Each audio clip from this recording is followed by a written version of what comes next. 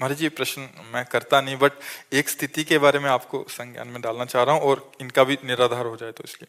महाराज जी, गुरु जी मेरा प्रेम निस्वार्थ हो अगर जिससे मैं प्रेम करती हूँ और उसका आकस्मिक मृत्यु हो गई बद्रीनाथ जी में, और मुझे हर जन्म में उसका ही साथ चाहिए, उसके लिए मुझे जो भी मार्ग चलना पड़े मैं वही करूंगी, बस आप मुझे उसके लिए मार्गदर्शन करें। हमारा प्रेम निस्वार्थ था, निस्वार्थ रहेगा, हमेशा यही अनुभूति हुई उसके प्रेम। प्रेम की सृष्टि कौन? सबसे खूबसूरत सृष्टि है।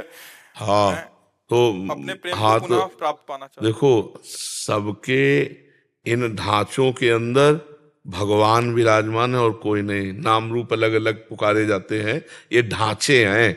इनमें जो पावर है, जैसे माइक, पंखा, हाइलोजन, एसी और लाखों करण हैं, यंत्र हैं, पर बिजली, बिजली तो एक ही है ना। तो सबके अंदर पावर एक है, परमात्मा। आप भगवान श्री कृष्ण की आराधना करो कि उस शरीर के अंदर आप ही थे। अगर वो शरीर प्रिय होता तो शरीर रख लेते। शरीर किसी को प्रिय नहीं होता, चाहे जितना प्यार शरीर से कर रहे हो, उसको नहीं जानते। लेकिन जब वो चला जाएगा तो शरीर पैसा दे के नष्ट करवा दोगे, आग लगवा दोगे। इसका मतलब शरीर से प्यार नहीं कर रहे थे, उसी से प्यार कर रहे थे, परमात्मा से। तो सबके अंदर मूल में परमात्मा ही है।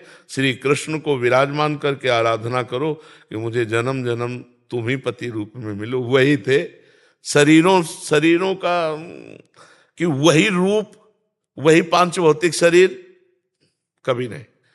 ये हमारे प्रभु का सृष्टि का ढांचा ऐसा बनता है खांचे से कि दोबारा देखने को नहीं मिलेगा। अब बताओ कितने लोग हैं, सबकी आंख और नाक कान और सब अलग अलग पहचाने जाते हैं, और वो असंख्यों लोग, और सबका फिंगरप्रिंट अलग ही मिलेगा। यार कितना चमत्कार मेरे प्रभु का है। नहीं तो ये तो नाशवान शरीर है, वही जन्म जन्म मिले, क्योंकि वही अंदर थे तुम्हारे पति के, और वो चले गए तो तुमने कहां उसको रखा, कहां उसको माना, उसको नष्ट कर दिया ना। तो जो उनके अंदर थे वो प्रभु श्री कृष्ण थे, उनको तुम जानती नहीं, उनको तुम मानती नहीं हो। नहीं, ये प्रश्न न रहता, ये प्रश्न खत्म हो जाता कि मैं हे परम सुंदर सबके अंदर विराजमान श्री कृष्ण, मैं तो जानती नहीं थी कि तुम ही हो। मैं तो उस ढांचे को अपना प्रिय मान रही थी। अब वो समझ में आ गया कि ढांचे के अंदर तुम छुपे थे। आप ढांचे से प्यार नहीं, बाप से प्यार हो। अभी निहाल हो जाओ, अभी मंगल हो जाएगा, और जन्म जन्म के लिए उन्हीं को प्राप्त हो जाओगी, उन्हीं के धाम जाओगी। पर तुम्हें अगर ऐसी आकांक्षा हो कि वो पांच भौतिक ढांचा हमें दोबारा मिले, तो असंभव। ये माया का खेल है। एक बार गर्त में गिरा दिया तो दोबारा खाक में मिलने के बाद वो रूप नहीं मिलेगा, वो फिंगरप्रिंट नहीं मिलेगा। और वो जीवात्मा जो परमात्मा स्वरूप है, वो मिल भी जाए तो तुम्हें किसी भी तरह से प्यार नहीं करेगा। ये केवल ढांचे ढांचे का होता है प्यार। जैसे माता पिता हमारे मर गए, अब वो कहीं ना कहीं तो लीला में है भगवान की, उनको हमारी स्मृति नहीं, केवल स्मृति। जैसे पूर्व जन्म में अपने लोग तो आए ही हैं, हमारा तो जन्म कोई पहली बार थोड़ी हुआ है। पूर्व में जैसे छोटा बच्चा है तो आप माँ जब दुग्ध लगाती है तो पीने लगता है ना, किसने सिखाया? पूर्व का अभ्यास है, ऐसे करो, वो रोने लगेगा। मतलब ये ज्ञान पूर्व का है ना उसको। तो हम लोग पूर्व जन्म से चले आ रहे। अब हमारे पूर्व जन्म के लोग अगर परिवार के मिले भी कहीं तो हम पहचानते हैं क्या? न वो हमें पहचानते हैं, न उनको पहचानते हैं। ये मायाकृत मोह छोड़ो, न तुम स्त्री हो न वो पुरुष, तुम दोनों के अंदर परमात्मा विराजमान हो। परमात्मा की आराधना करो और उसी को प्राप्त हो जाओ, तो उसी को प्राप्त हो जाओगी जिसको प्राप्त करना चाहती हो। अपने प्रेम का नाम जप कर सकते हैं। मोहांधकार है, भगवान का नाम जप करो। प्रेम तो भगवान से ही करती थी, शरीर से करती होती तो रख लेती ना। हम बार बार तो कह रहे, आपने जाना उस शरीर के अंदर कौन था? परमात्मा ही। तो मान लो ना, फिर क्या है? इन नाशवान शरीरों की क्या आकांक्षा करती हो? सच्चिदानंद जो सबके हृदय में विराजमान, वही कृष्ण, वही राम, वही विविध रूप धारण करता। प्यार करो तो इनसे करो, इनकी बन के रहो, जीवन कृतार्थ हो जाएगा। हमारी सलाह, हम तुमको अब ये तो ऐसे कहते हाथ में गुदवा लिया, बोले 7 जन्म का बंधन। 7 जन्म? अगले 5 मिनट में तुम्हारी धज्जियां उड़ के तुम कहां पहुंच जाओगे तुम्हें पता नहीं। काल तुम्हारे अधीन नहीं, तुम काल के अधीन हो। ये सब लौकिक वासनाओं की खेल है, शरीरों में आसक्ति होने के कारण। नहीं, एक परमात्मा के सिवा दूसरा कोई नहीं है। हमारी बात समझ लो। आप सरल हृदय हैं, आप पवित्र हृदय हैं, इसलिए आपका प्रेम जिसे कह रहे हैं वो खास बात मोह में है। और मोह से प्रेम में आ जाएगा तो फिर आप जिधर देखोगे उधर आनंद सिंधु भगवान ही नजर आएंगे। हमें तो यही लगता है कि अपना प्यारा वही है, और सब कोई उन्हीं से प्यार करता है यार, सब कोई। अगर आपका पुत्र पधार जाए, मान लो पुत्र के अंदर का परमात्मा चला जाए, तो रख लियो आप 10-5 दिन। आप पैसा दे के कहोगे कि अब ले जाओ, वो चला गया। कौन? जिसको जानते नहीं हो, और जिसको जानते तुम्हारे आगे पड़ा है। आप समझो, अनजाने में तो परमात्मा से प्यार सच्ची मानो। ये जैसे शरीर चल रहा है ना, तो इसमें नाम रूप लेकर लगता है मैं, वो जो मैं अंदर है वो पावर है, पावर। और हम देखो उस पावर के अंश हैं जो सबसे बड़ा है। तो हम सबके अंदर एक बात रहती कि मैं सबसे बड़ा बन जाऊं, नहीं रहती। चाहे जिस डिपार्टमेंट में हो बड़े बने, क्योंकि हम बहुत बड़े के हैं, बहुत बड़े के हैं ना अंश। और दूसरी बात, मरना नहीं चाहता क्योंकि अविनाशी के अंश है। तीसरी बात, दुख नहीं भोगना चाहता, सुख भोगना चाहता क्योंकि सुख सिंधु का अंश है। ये भूलो मत, वही श्री कृष्ण सब रूपों में है। वही बद्री नारायण में अपने स्वरूप में लीन हो गए। अब नारायण की उपासना करो, कृष्ण की उपासना करो। हमारी बात मान लो तो, और ना समझ में आए तो उनकी फोटो रख लियो, रोती रहो, मिल जाए तो हमें बता देना। नहीं, आपको बताइए, मार्ग पे चलेंगे। हाँ, अगर आप श्री कृष्ण से ये कहोगी कि वही रूप रख के आ जाओ तो पक्का आ जाएंगे। दूसरी बात ला, और किसी की सामर्थ्य नहीं है।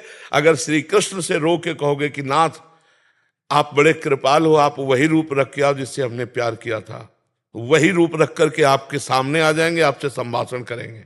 पर इतना भजन हो, सुमिर पवन सुत पावन नामू, अपने बस करी राखे रामू। जब अपने बस कर लोगी तब ये बात आएगी। और इतना करने के लिए ऋषि मुनि पूरी जात की ताकत लगा देते हैं। तो आप भी ताकत लगाइए, ब्रह्मचर्य से रहिए। अगर आप उसको प्यार करते हैं तो हमारी बात मान लो, देख लो निर्वाह करके। ब्रह्मचर्य से रहना, किसी पुरुष का स्पर्श न करना, नाम जप करना, थोड़ा अन्न खाना, और इसके बाद परमात्मा से कहो कि मैं प्यार करती हूं। वही आपको उसी रूप में आना पड़ेगा और पक्का आ जाएगा, पक्का। हम अपने अनुभव की बात कहते हैं। पधारे हुए महापुरुषों के लिए जब प्रबल आकांक्षा की तो भगवान वही रूप रख करके हमसे मिले आकर के। तो इतना साधन जोर का करो कि अब ये आसक्ति है, अब करो आसक्ति के अनुसार, तो फिर समझ में आएगा। अब देखो, केवल बातों से तो समझ में आएगा नहीं। माया पर विजय प्राप्त करके ही मायापति से हम जो चाहे वो प्राप्त कर सकते हैं, ऐसे नहीं। बहुत कठिन है, बहुत कठिन है। हाँ, प्यार का निर्वाह करना है तो वृंदावन में बैठी ब्रह्मचर्य रहना, हम जब कह रहे, और नाम जप करना, और प्रभु ही थे वो, और प्रभु से प्रार्थना करना कि जैसे मंजनू से लैला का, और लैला का मंजनू से था ना, तो मंजनू बहुत व्याकुल एकांत में विह्वल था। लैला धनी घर की थी, तो मंजनू भूखे पागल, तो पूरी बाजार में ऐलान करवा दिया कि मंजनू जहां खड़ा हो जो मांगे उसको खवाया जाए।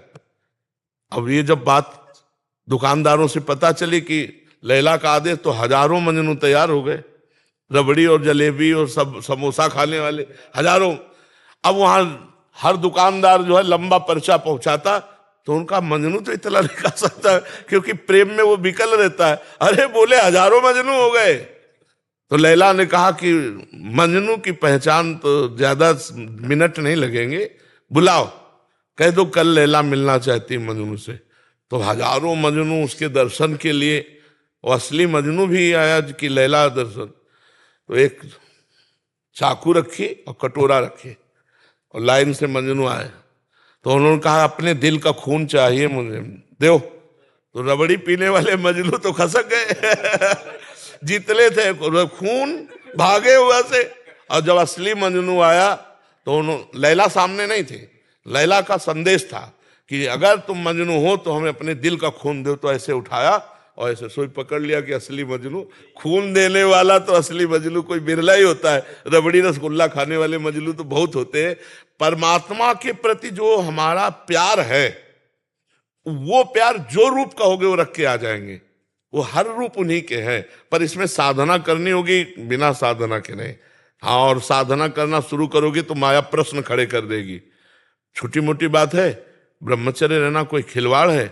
वो प्रेम में इतनी सामर्थ्य कि आप कर सकते हो, लेकिन उसी के जैसा, उससे अच्छा ऐसा आकर्षण दिया जाएगा। अब लिख लो कागज में, ऐसा आकर्षण दिया जाएगा, चाहे दिमाग में लिख लो, कि आपको लगेगा मेरी साधना का फल मिल गया।